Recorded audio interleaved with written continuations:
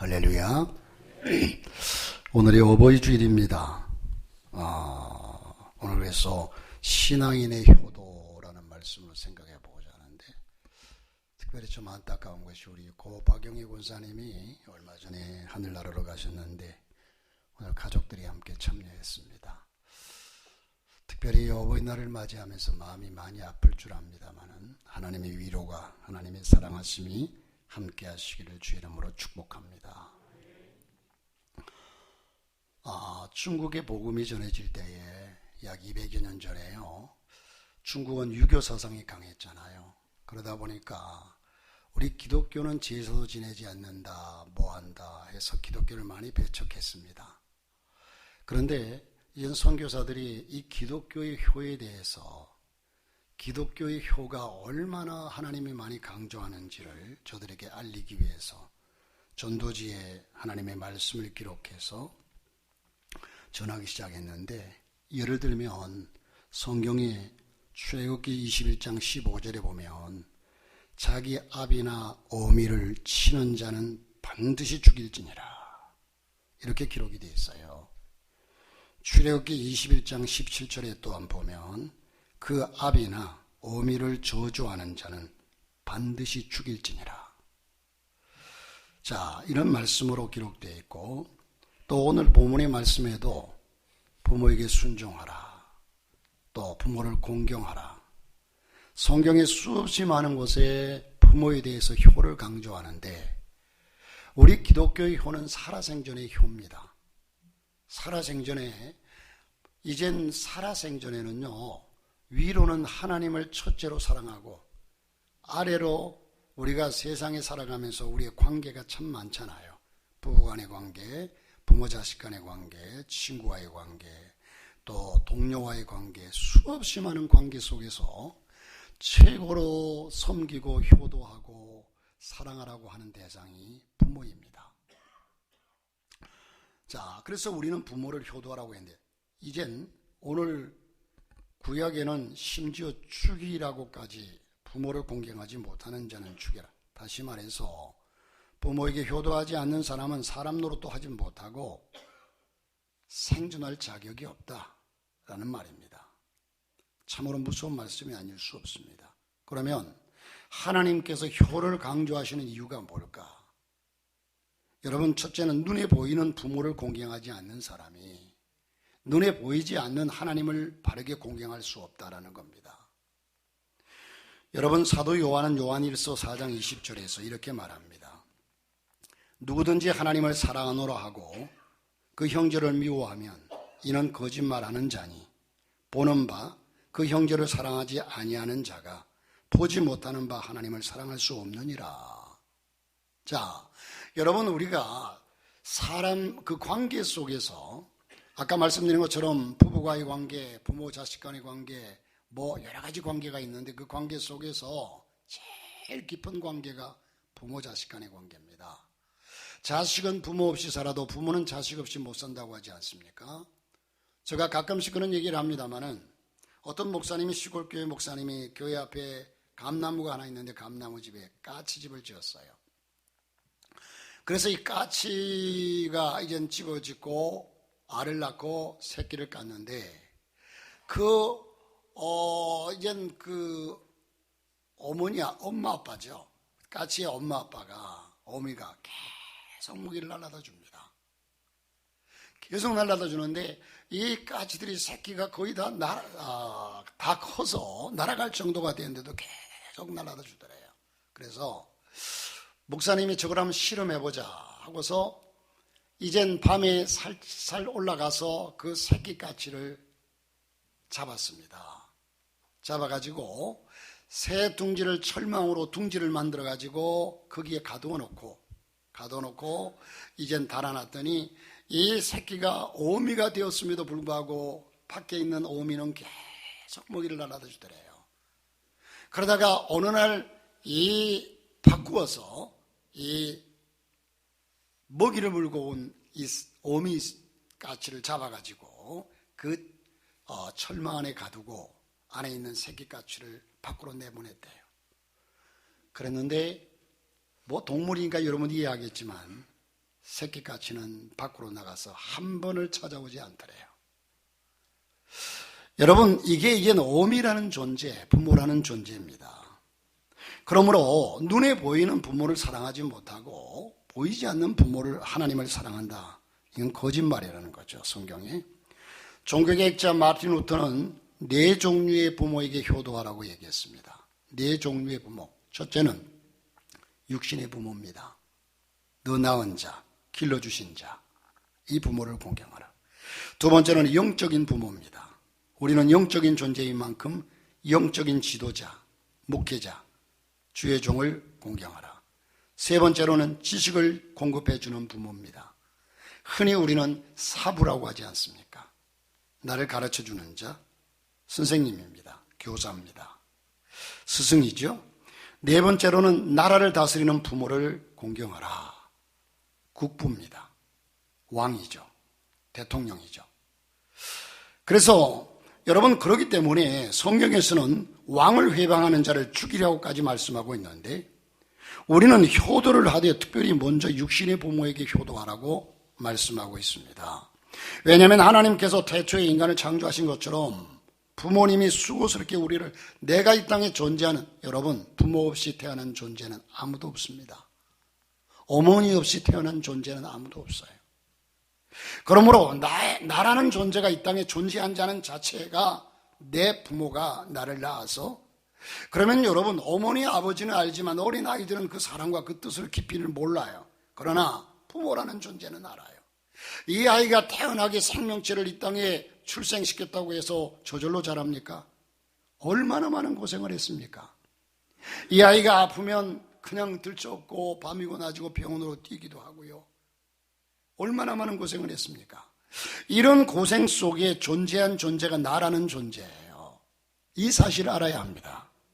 그러기에 나라는 존재가 존재한다는 사실 자체가 부모의 모든 사랑과 은혜라는 사실을 기억하면서, 또 하나님 우리를 돌봐주시는 것처럼 부모님 우리를 돌봐주시고 키우셨을 뿐만 아니라 하나님 우리를 사랑하는 것처럼 부모님도 우리를, 세상의 사랑 중에 부모의 사랑이 제일 큰 사랑일 겁니다. 여러분, 헬라 원어로 보면 이젠 이 사랑에 대해서 4종류의 사랑을 소개하고 있습니다. 그 4종류의 사랑이, 첫째는 에로스의 사랑입니다. 남녀간의 사랑이죠. 사실 이것은, 남녀간의 사랑은요, 어떻게 보면 정욕이에요. 이 남녀간의 사랑을 에로스라고 합니다. 두 번째는 스톨게의 사랑, 스톨게, 혈육간의 사랑입니다. 형제간의, 서로 피를 나눈 이젠 가족간의 사랑. 세 번째는 필레오라고 하는데 친구간의 우정을 말합니다. 친구 따라 강남 간다는 얘기가 있는 것처럼 친구간의 우정의 사랑. 네 번째가 아가페의 사랑입니다. 하나님의 사랑입니다. 자, 이 아가페의 사랑에 의해서 완성이 되는데, 여러분, 사랑 중에 이 세상의 친구 간의 사랑, 혈육 간의 사랑, 남녀 간의 사랑, 이런 모든 사랑 중에 어머니의 사랑이 하나님의 사랑을 제일 많이 닮았습니다. 거저주는 사랑입니다. 자, 여러분, 유대인의 지혜서의 탈무드를 보게 되면 하나님이 이 세상에 어느 곳에나 다 계실 수 없어서, 하나님이 이 세상에 어느 곳에나 다 계실 수 없어서 대신 어머니를 이 세상에 보내주셨다. 그렇게 탈무드에 기록하고 있습니다. 여러분, 따라서 어머니의 손이 있는 곳에 하나님의 손이 있고, 어머니의 발이 있는 곳에 하나님의 발이 가고, 어머니의 마음이 있는 곳에 하나님 마음도 있다고 탈무드에는 그렇게 기록하고 있습니다. 여러분, 빅토르 위고의 소설인 93라고 하는 소설이 있는데, 이 소설을 보면 불란서 혁명이 일어난 후 이 불란서는 큰 혼란에 빠졌고, 많은 사람들이 극심한 이젠 빈곤과 가난과 헐벗음에 허덕이고 있었습니다. 그런데 어느 날 한 부대가 이동하면서 숲속을 지나가고 있을 때 배고파서 지쳐 쓰러져 있는, 울고 있는 어떤 여인이 새 아이를 품고서 울고 있었습니다. 자, 길에 쓰러져 있었습니다. 그때 그 부대의 상사가 이들을 측은히 여기고 빵 한 덩어리를 던져 주었습니다. 그러자 이 여인은 빵을 3조각으로, 사람은 4인데 빵을 3조각으로 나누어 아이들에게 나눠줍니다. 그리고 흐뭇한 표정으로 아이들이 정신없이 빵을 먹는 모습을 보면서 자기도 배고프지만 물끄러미 바라보면서 흐뭇해하는 모습을 보게 됩니다. 이 광경을 바라보던 젊은 병사가 아니 저 여자는 배가 고프지 않은 모양이지 하고 얘기를 합니다.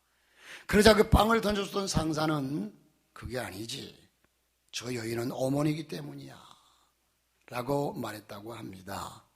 여러분, 비록 자신은 굶어도 빵 한 조각 입에 들어가지 않았어도 자식이 먹는 모습을 보면서 기뻐하고 흐뭇해하는 존재가 어머니라는 존재입니다. 여러분이 느끼든 안 느끼든 부모라는 존재는 그런 존재입니다. 한때 자식들이 부모에게 제주도 관광을 시켜드리겠다고 가서 효도하겠다고 데려가서 제주도에 그냥 홀로 버려두고 오는 일들이 TV에서 한두 번 전해진 적이 있잖아요.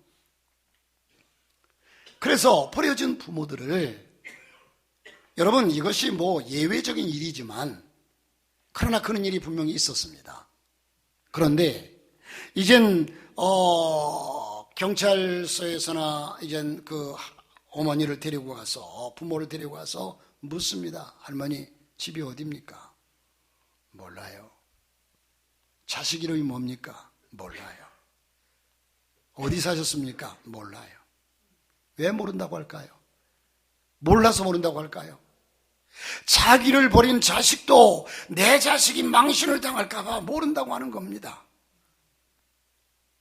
여러분, 우리는 이 사실을 바라보면서 이것을 느끼지 못하고 부모에게 대한 이 사실을 우리가 느끼고 깨닫고 살아간다면 부모에게 쉽게 대할 수가 없습니다. 여러분, 부모를 미련 없이 버릴지라도 부모는 끝까지 자식을 생각하고 감싸주고 사랑을 하는 것을 볼 수 있는데, 그러므로 자식은 부모 없이 살아도 부모는 자식 없이 못 산다 하는 얘기가 있습니다. 인간의 죄 중에 가장 큰 죄는 사랑을 배신하는 죄입니다. 사랑 중에서도 가장 크고 고상한 사랑이라고 하는 것은 아까 말씀드린 아가페의 사랑, 곧 어머니의 사랑, 부모의 사랑. 여러분, 1956년도에 어머니 날이 제정되어 가지고 73년도인가 어버이날로 바뀌었죠. 이젠 아빠라는 존재도 그만큼 희생적인 존재죠.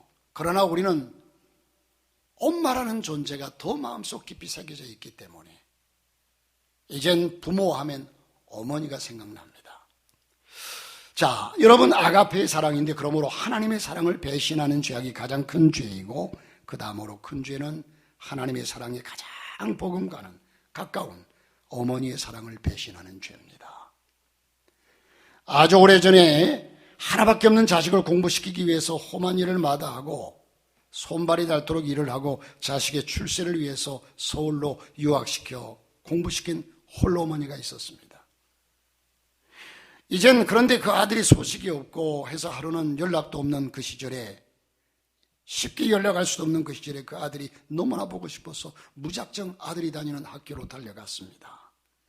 대학교 교문 앞에 서서 수없이 많이 몰려 나오는 아이들을 바라보면서 아들을 기다립니다. 마침내 아들을 발견한 어머니는 너무나 반가워서, 그러면 이 어머니의 모습이 어떤 모습이었고 그 광경을 여러분 상상해 본다면 상상이 되잖아요. 아들의 이름을 부르며 달려갑니다. 그런데 때마침 아들 옆에는 여자친구가 어머니를 보고 저 할머니 누구야? 하고 묻자 이 아들은 스스럼없이 우리 집에 있던 가정부야. 자기 어머니를 그렇게 소개했다고 합니다. 행색이 초라한 시골 어머니가 너무 부끄러워서 얼떨결에 가정부라고 둘러댄 겁니다. 그러나 어머니는 이런 불효자를 나무라지도 않고 아무 말 없이 눈물을 흘리면서 되돌아섰다고 합니다. 누구든지 자신을 낳고 길러준 어머니의 사랑을 배신하는 사람은 분명히 하나님의 사랑도 배신할 수 있고, 여러분, 이런 일들이 예외적이죠. 흔한 일은 아니고 예외적인 일이에요, 사실. 그러나 여러분, 우리는 이런 일만큼은 예외적인 일이라도 있어서는 안 된다는 거죠. 자, 그리고 여러분, 두 번째는 우리를 축복하시기 위해서입니다. 하나님께서 부모를 공경하라, 부모를 사랑하라, 부모를 위해서 효도하라 하는 것은 하나님이 우리를 축복하기 위해서입니다. 여러분, 성경에 우리가 하나님의 일을 하고 예수 잘 믿고 여러 가지 하나님 일에 복을 주시겠다고 약속했지만 제일 큰 복은 부모를 잘 공경하는 자에게 주시겠다고 약속했어요. 오늘 본문 2절을 보니까 내 아버지와 어머니를 공경하라, 이것이 약속 있는 첫 계명이 오늘 본문의 성경의 말씀입니다. 하나님께서 축복을 약속하신 계명 중에 첫째 계명이라고 말씀합니다. 여러분, 구원은 믿음으로 받지만 축복은 행함으로 받습니다. 그러므로 여러분, 한편으로 보면 저는 사실 저희 어머니도 참 제가 설교하면서도 마음이 아파요.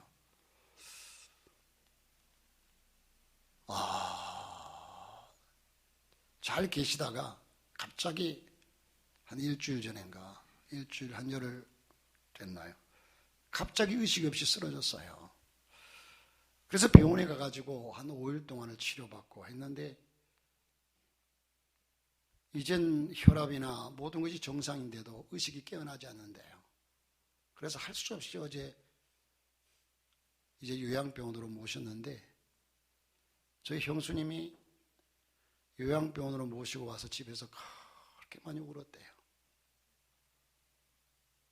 병원에 계실 때는 치료받고 다시 돌아오시겠지 희망이 있었는데 요양원으로 가시고 나니까 이제는 어머니가 이 방에 계셔야 될 어머니가 돌아오시지 못할 수 있겠구나, 그렇게 많이 울었대요. 어제도 제가 통화를 하는데 막 우시면서 전화를 해요. 며느리가 시어머니를. 그래서 저는 저희 형수님을 참 존경합니다. 모든 인간의 기본적인 인격과 사랑을 겸비한 분이다. 저도 참 마음이 많이 아파요. 그런데 여러분, 사실 연세가 저희 어머님 연세가 98입니다. 다른 사람들이 볼 때는 아이고 돌아가실 때도 됐네 뭐, 그렇죠? 다른 사람보다 오래 사셨죠. 그러나 자식의 마음은 아니에요. 가족의 마음은 아니에요. 가족의 마음은요, 아이고 우리 어머니 그렇게 됐으니까 뭐 돌아가셔도 뭐 아니라는 거예요. 자, 저와 여러분이 하나님께서 복을 그래서 제가 형수님 하나님이 갚아주실 겁니다. 복을 주실 겁니다. 그러므로 우리가 축복을 받으려면 하나님의 계명을 지켜야 하는데, 그런데 하나님께서 축복을 약속하신 첫 계명이 네 아버지와 어머니를 공경하라. 오늘 말씀에 그렇게 말씀을 해요. 다시 말해서 복 받으려면 부모님께 잘하시기를 바랍니다. 그리고 여러분, 부모님이 돌아가시고 계시지 않는다면 어떻게 효도할 수 있느냐? 방법이 있습니다. 내 어머니와 아버지가 살아계실 때에 내가 어떻게 살기를 원했고, 우리 어머니의 소원이 무엇이었으며 우리 아버지의 소원이 무엇이냐를 생각하면서 어머님의 뜻 받들어 보람있게 살리다, 풍파많은 세상에서 선한 싸움 싸우다 생명신에 흐르는 곳 같이 함께 살리다. 사랑하는 성도 여러분, 부모님이 평소에 내게 원하셨던 일이 뭔가를 받들어서 행하는 것이 앞서가신 부모님께 효도하는 길인 줄로 믿습니다. 그러므로 여러분, 부모님께 잘하십시오. 복받는 지름길입니다. 하나님께서 복을 주시겠다고 약속하셨습니다. 그래서 부모를 공경하면 잘 된다고 말씀했어요. 세계적으로 성공한 인물들 가운데요, 성공한 인물들은요, 인격적으로 모든 존경받을 만한 분들은 다 효자였습니다. 자, 몇 분을 소개해 보자면 그분들의 단점도 있었겠지만 미국의 초대 대통령 조지 워싱턴을 여러분 아실 겁니다. 이 조지 워싱턴은 장차 자기의 꿈이 선장이 되는 것이었습니다. 큰 배를 끌면서 선장이 되는 길이었어요.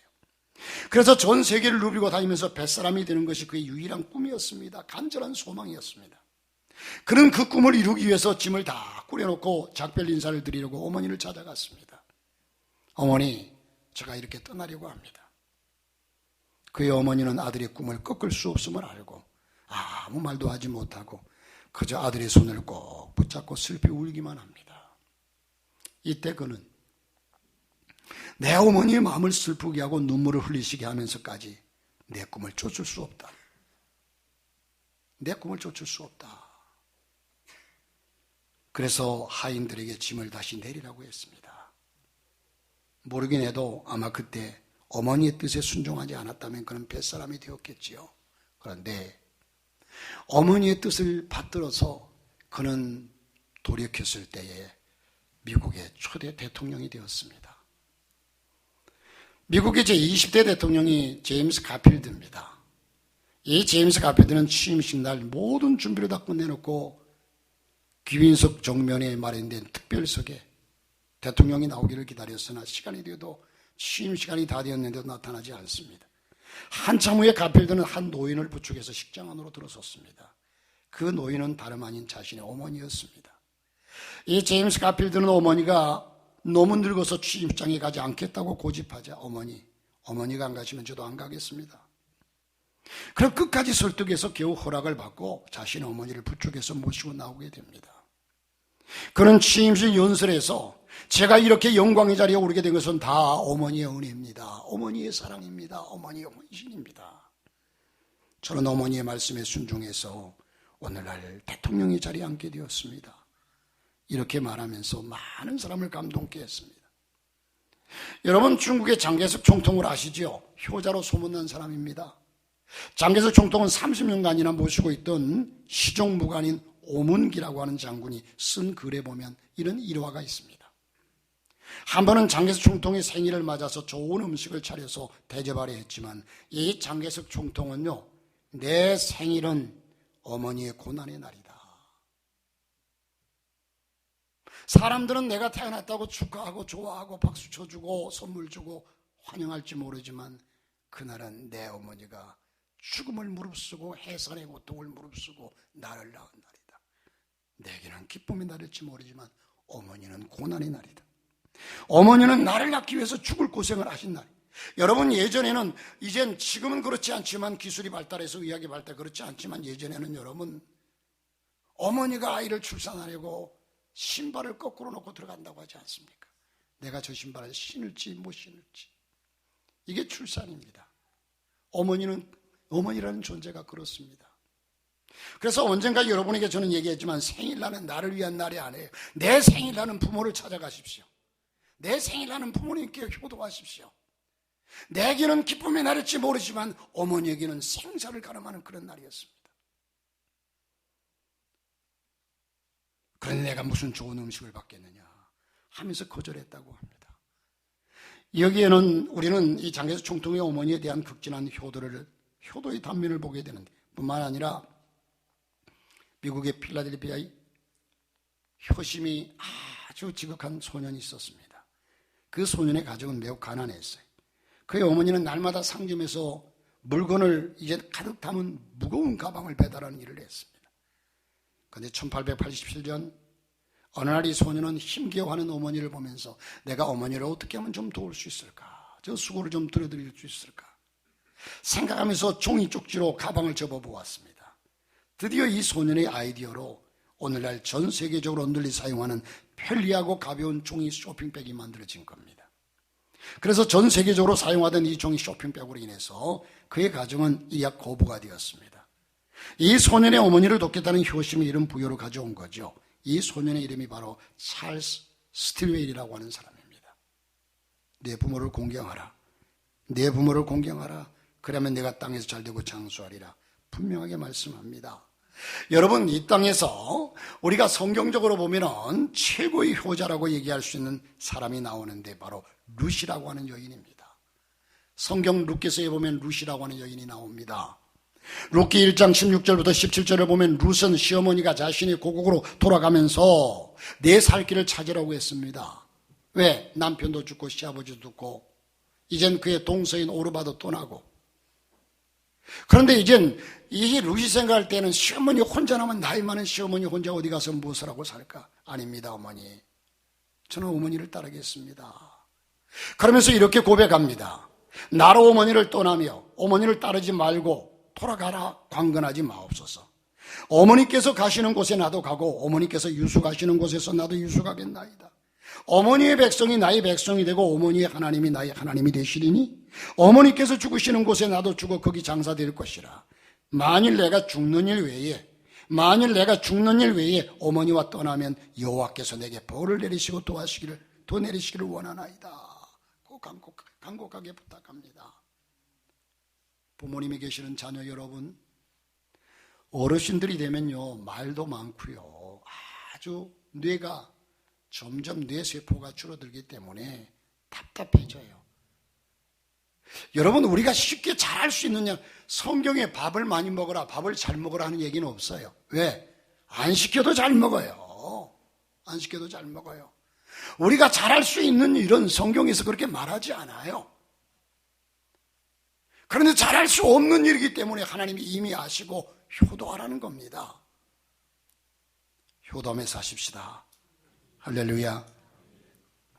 여기서 우리는 죽어도 같이 죽고 살아도 같이 살겠으며 남편을 잃고 자식을 잃은 불쌍한 시어머니를 끝까지 모시겠다는 지극한 효심을 볼 수 있습니다. 이것은 하나님도 감동받으실 일입니다. 이스라엘 민족 전체가 감동을 받은 일입니다. 하나님께서 이 여인을 어찌 축복하시지 않으겠습니까? 비록 가진 것 없는 이방 여인이었지만 홀로 된 시어머니와 함께 베들레헴으로 돌아와서 어머니를 위해서 최선을 다해서 보리 이삭을 줍고 곡식 이삭을 주어서 어머니를 공경합니다. 이랬더니 하나님의 축복으로 그는 보아스라고 하는 사람을 다시 만납니다. 아들 오벳을 낳았습니다. 그래서 이 여인은 결국 다윗의 할머니가 되었고 예수 그리스도가 이 땅에 오심에 있어서 예수님의 족보에 오르는 참으로 영광을 차지하는 그런 룻이 되었습니다. 그리고 부모를 공경하면 장수하리라고 했습니다. 건강한 몸으로 오래 사는 것은 하나님의 은혜요 하나님의 축복이 아닐 수 없습니다. 대체로 효도하는 집안이 장수하는 집안이 되는 것을 우리는 볼 수가 있죠. 효도하는 집안이 장수하는 집안입니다. 하나님 말씀은 진리입니다. 잠언서 30장 17절에 보니까 아비를 조롱하며 엄히 순종하기를 싫어하는 자의 눈은 골짜기에 까마귀에게 쪼이고 독수리 새끼에게 먹히리라. 무서운 말씀입니다. 자, 성경을 보면 엘리 제사장의 자녀들의 불효가 자세히 반대로 불효한 자식에게 임하는 것을 보게 돼요. 홈리와 비느하스죠. 아버지 말도 안 들었어요. 아버지가 제사장인데 아버지 말씀에 순종하지 않았어요. 하나님 말씀을 거역했어요. 죄를 범합니다. 그 결과 하나님께서 뭐라고 말씀하시느냐? 사무엘상 2장 31절부터 33절에 홈리와 비느하스 두 아들, 거역하고 불순종하는 두 아들을 향해서 하나님은 이렇게 말씀합니다. 보라, 내가 네 팔과 네 조상의 집 팔을 끊어 네 집에 노인이 하나도 없게 하는 날이 이를지라. 노인이 없다는 얘기는 단명한다는 얘기죠. 이스라엘에게 모든 복을 베푸는 중에 너는 내 처소의 환난을 볼 것이요 내 집에 영원토록 노인이 없을 것이며 내 단에서 제단에서 내가 끊어버리지 아니할 너의 사람이 내 눈을 쇠장케 하고 내 마음을 슬프게 할 것이요 내 집에 생산하는 모든 자가 젊어서 죽으리라. 여러분, 그러므로 이 말씀을 생각하면 부모에게 효도해야 하는 것은 절대적인 사건입니다. 한마디로 제대로 제 명대로 살지 못하고 다 젊어서 죽을 것이라는 무서운 저주의 말씀입니다. 여러분, 효도는 첫째로 부모를 늘 즐겁게 해드리는 겁니다. 부모를 즐겁게 해드리는 겁니다. 잠언서 23장 25절에 보니까 성경에 수없이 많은 곳에 부모를 즐겁게 하고 부모에게 순종하고 효도하라고 공경하라고 말씀합니다. 내 부모를 즐겁게 하며 내 낳은 어미를 기쁘게 하라. 하나님 말씀 명령입니다. 둘째로 부모님을 공경하는 마음으로 순종하는 겁니다. 저는 이 시간 마지막 가나안 농군학교 효도 10계명이 있는데요, 이것을 소개하고 마치려고 합니다. 가나안 농군학교 효도 10계명을 보면 첫째는 부모님을 신앙생활 하시도록 해드려라. 연로하신 부모님께서 신앙생활 잘 하시다가 천국 가시도록 해드리는 것이 가장 큰 효도가 아니겠습니까? 이것이야말로 효도 중에 효도일 겁니다. 사람은 영적인 존재입니다. 죽음 이후에 세상이 있습니다. 영혼은 영원히 죽지 않습니다. 죽은 영혼이 귀신이 되지 않습니다. 영원한 세계가 있습니다. 천국이 있습니다. 지옥이 있습니다. 두 번째로 대답을 잘하고 말씀을 잘 들어드려라. 나이 들으신 부모님이 얘기하면 그 말이 그 말 같고 늘 그냥 뭐 한 얘기 또 하고 한 얘기 또 하니까 대답을 잘 안 해요. 그러나 대답을 잘 해드리고, 제가 이런 얘기하면 팔불출지 모르지만 저희 형수님이, 어머니가 형수님하고 사실 고부간의 갈등이 심했어요. 그런데 어머니가 평소에게, 제가 언젠가 설교를 이제 가정예배를 드리면서 그런 얘기를 했어요. 어머니, 제가 보기는 형수님처럼 어머니에게 잘해드리는 분이 없는 것 같습니다. 그러니까 어머니가 고개를 끄덕끄덕 하시더라고요. 그래서 어머니에게 또 형수님에게, 형수님, 어머니처럼 또 형수를 생각하는 분이 없는 것 같습니다. 그렇게 얘기를 했어요. 그러나 제가 보기에는 어머니는 시어머니로서 형수님에게 따뜻하게 대한 적이 별로 없어요. 별로 없어요. 그런데 형수님은 어머니에게 따뜻하지 않게 대한 적이 한 번도 없어요. 그런데 이젠 지난번에 시골을 갔더니 뭐라고 말씀하시냐면, 어머니가 그래요. 내가 네 형수를 안 만났다면 어떻게 될 뻔했냐. 이제서야 느끼고 깨닫는 거죠. 내가 네 형수를 안 만났으면 어떻게 될 뻔했냐. 왜? 다 날마다 목욕시켜드리고 대소변 다 받아내고 이러면서도 집에 모시면서 그러고 있으니까. 그래서 참 감동을 더 크게 받았는데, 정말 부모님들이 내가 너를 안 만났더라면 어떡할 뻔했냐, 고맙다 할 수 있도록, 할렐루야, 대답을 잘하고 말씀을 잘 드려야 되라. 나를 희생시키지 않고는 할 수가 없는 일이에요. 내 자아를 버리지 않고는 할 수 없는 일이에요. 그리고 말할 때는 표정을 밝게 하고 웃음을 잃지 말아라. 궁금증을 풀어드리라.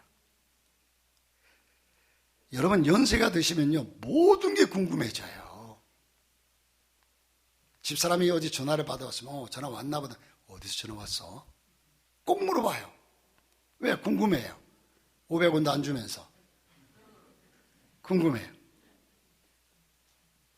나이가 들면요, 모든 게 궁금해져요, 평생. 그러니까 그때 모든 일들 하나하나, 어머니 이건 이렇고요, 저건 저렇고요, 이걸 알아야 돼요. 어르신들 맞아요, 안 맞아요?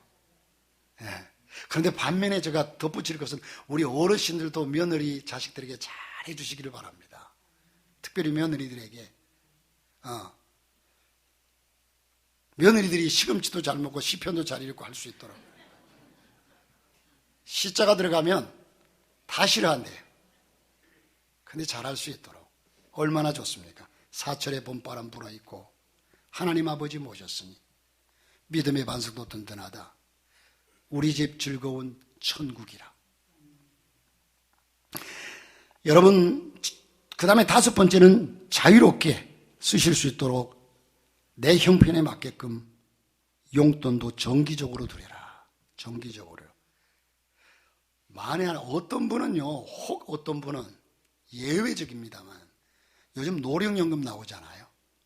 노령연금을 드리고 용돈도 더 드려야 되는데, 노인들이 무슨 쓸 돈이 있다고. 다 쓸 데 많아요. 그죠?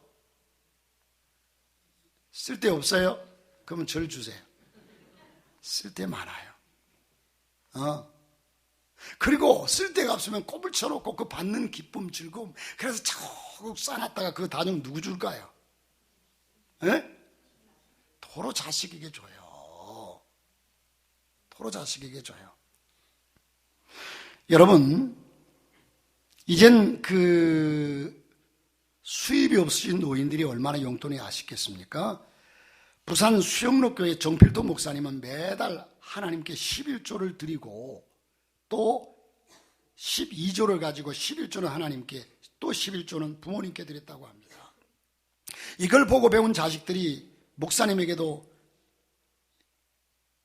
늘 12조를 띄어가지고 하나님께 드리고 부모님께 드려요. 심은 대로 거두는 법칙이죠. 그리고 향토적인 음식을 해드리라. 부모님이 좋아하시는 음식을 드리라는 거죠. 그런데 어머님 생신이라고 모여가지고 형제들이 야 우리 어디서 모일까? 아 그래 그 레스토랑 너무 좋더라. 가자. 어머니는 가가지고 구경만 해요. 그날이 어머니 생신인지 어버이날인지 아니면 어린이날인지는 모르겠습니다만 이 구체적인 하나하나가 효도란 이거 여러분 돈 드는 게 아니잖아요. 특별하게 내가 그런 마인드를 가지고 한다는 것이. 그리고 외모를 아름답게 꾸며드려라. 사실 노인들은 조금만 신경 쓰지 않으면 자신도 모르는 사이에 좋지 않은 냄새가 나기 마련입니다. 어른들은 여러분 노인이 되면 사람이라는 존재는 똑같아요. 그러므로 목욕도 자주 시켜드리고 화장도 곱게 해드리고 생활의 활기를 잃지 않도록 도와드리라. 옷도 어두운 색으로 피하고 밝고 고상하고 품위를 잃지 않도록 색상을 잘 선택해서 부모님께 드리라. 8번째는 일거리를 찾아드리라. 그 일거리는 뭐 노동을 시키라는 얘기가 아니라 어머님이 좋아하시는 일이라면 하게 해드리라는 거예요. 좋아하시는 일이라면. 자, 9번째는 친구를 자주 만나게 해드리라. 친구를 자주 만나게 해드리려면 돈이 필요하잖아요. 10번째는 등을 긁어드리고 정기적으로 손톱 발톱을 깎아드리라. 부모의 몸을 만져드림으로써 부모와 자식 간의 믿음이 돈독해지고 고부간의 갈등이 해소되고 서로 스킨십이 있어야 된다는 거죠. 여러분, 사랑하는 성도 여러분, 제가 오늘 말씀처럼 저는 잘 살아서 여러분에게 말씀드리겠습니까? 회개하는 마음으로 저도 그러지 못하는 것을 느끼면서 그러나 오늘 이 시간 이후로 더욱더 효도를 잘하시기로 결심하셔서 하나님을 기쁘시게 하고 내가 그 부모님께 효도하는데 하나님이 기뻐한다는 거예요. 그리고 부모가 기뻐하고 하나님이 약속하신 복을 다 받아 누리시기를 주님의 이름으로 축복합니다.